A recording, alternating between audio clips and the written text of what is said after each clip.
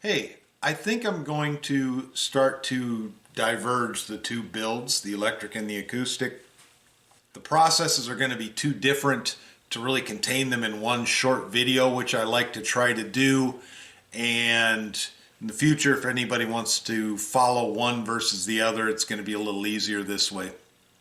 So what we're going to talk about today is just the neck and tail blocks on this acoustic, and then I'll be doing another video focusing more on the electric, probably focusing on, the next one will probably be on cutting the necks and shaping them, so that'll still be combined, but once the necks are shaped up, it'll really start to be specific to the style of guitar that we're building. So without further ado, let's get going. I have a set of fixtures that I use to create the neck block pocket and then the corresponding shape on the end of the neck. These fixtures are just real simple fixtures like this. So for example, your neck block, a couple screws to the fixture, hit it with the router, gives you this shape. Same with the neck. This fixture screws to the end, run your router around it. I would improve on this moving forward. I would make this just a groove in a large board.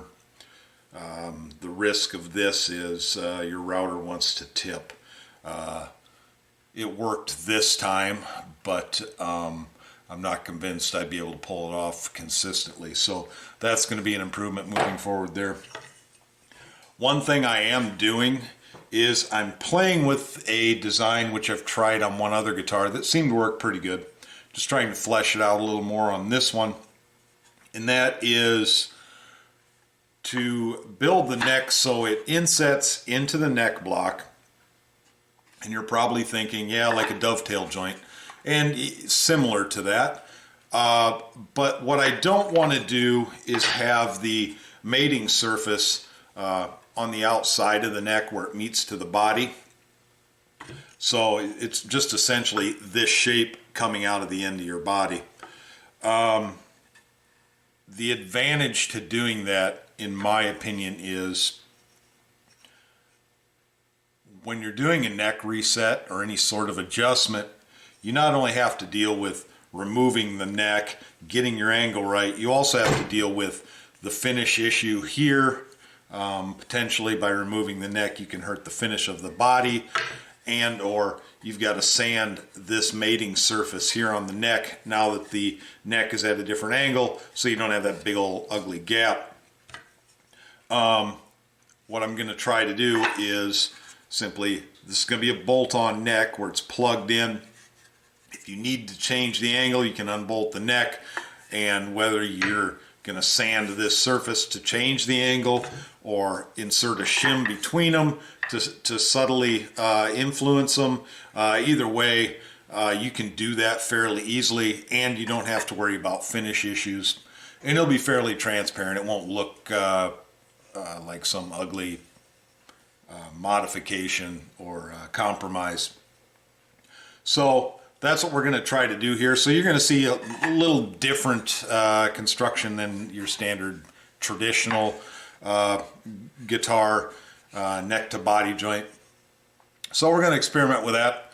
You know, I guess I don't see it going horribly wrong, and if you're going to experiment on a guitar, you might as well experiment on your own, right? So let's get these glued onto the body.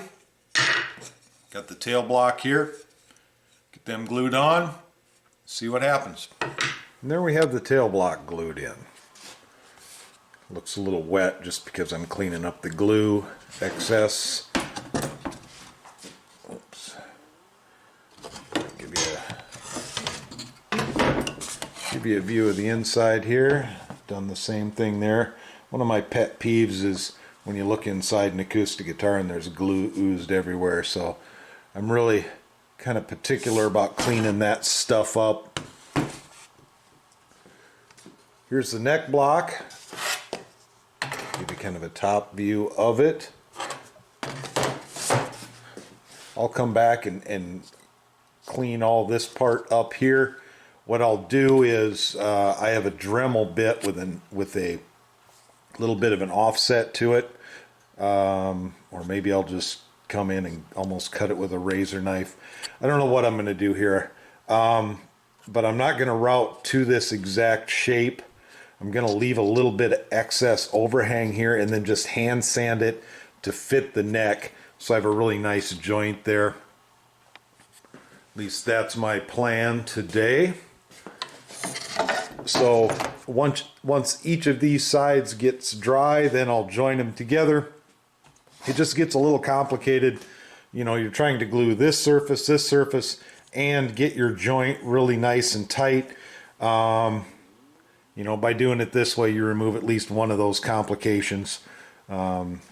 So when we put it all together, we'll try to get those other surfaces all joined up.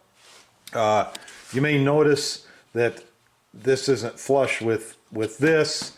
When I have it all framed up, or rather when I have the blocks all glued in, I will come around and I'll trim off this side of it. This is kind of a rough cut, actually. This side is nice and square. This side is cut out with the bandsaw, so it's got a little wave to it as it goes around. Normally I'll sand that off afterwards, and so we'll get this all glued up. I'll sand this down to here, get my angle sanded into my my head and tail block, so that all matches, and then we'll glue the kerfing and the reinforcement into it. Trying to help? Trying to help me here, bud?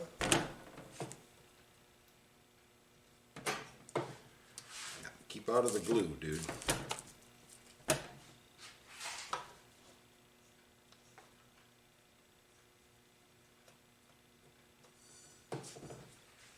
Don't spill my coffee.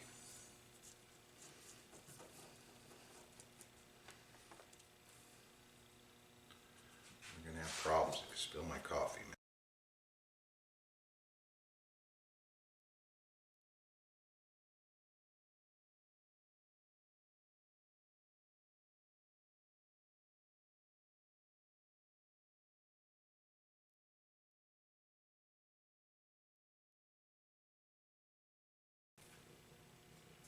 Keep out of the glue, bud. No, no, no. No.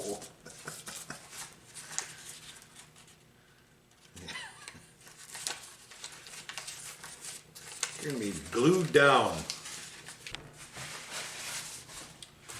Okay. So as you guys can see, we've got our blocks glued in. We'll have a pretty decent glue joint there.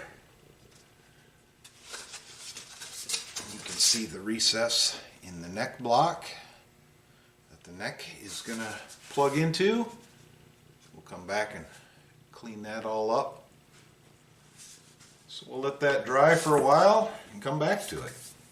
This is the guitar that has the slip joint that kind of inspired, or it was the prototype for what we're trying to do today with the acoustic that we're building. You can kind of see how it's inset into the body there. One thing I'm trying to improve with the latest build is this. I think this heel is a little bit clunky on here, kind of boxy looking, not very refined. So we're going to try to do something with that on this next guitar, give it more of a natural V shape. So you can kind of get the general idea of what we did there. You can see how deep it's inset into the neck block. And again, back in between the neck and the body, that's where your shimming or sanding can take place, and it's completely transparent, doesn't affect your finish, none of that stuff.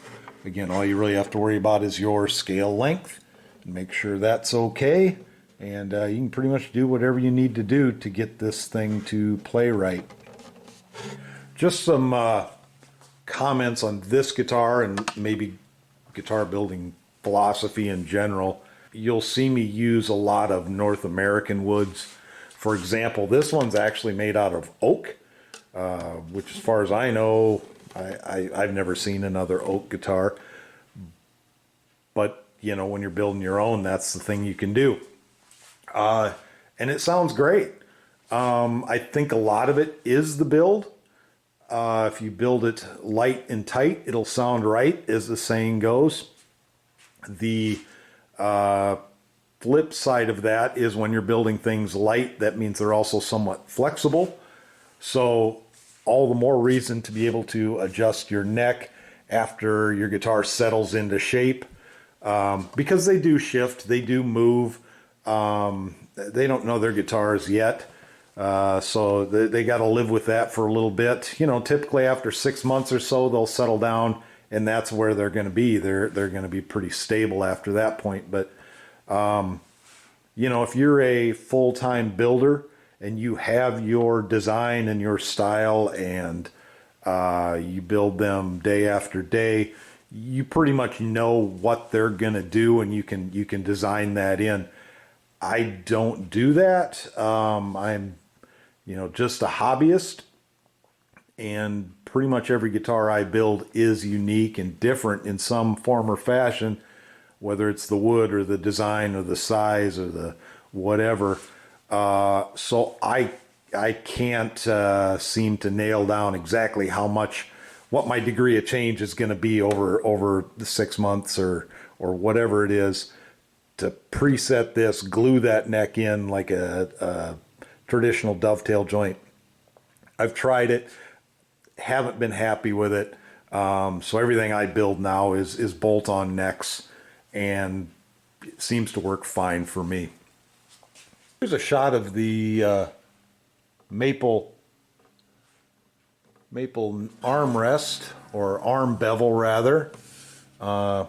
You know, if you've never played a guitar with one of these, I'd highly recommend trying it out. It really makes it comfortable, especially if you're just kind of all folded up on a couch or a camping chair, or, you know, if you're basically wearing this guitar, it really makes it comfortable. You go back, you play a guitar like this for a while, and then you go back to a standard one, and you just really kind of wonder why everybody doesn't do it. So we're going to have one of those in the acoustic we're building now.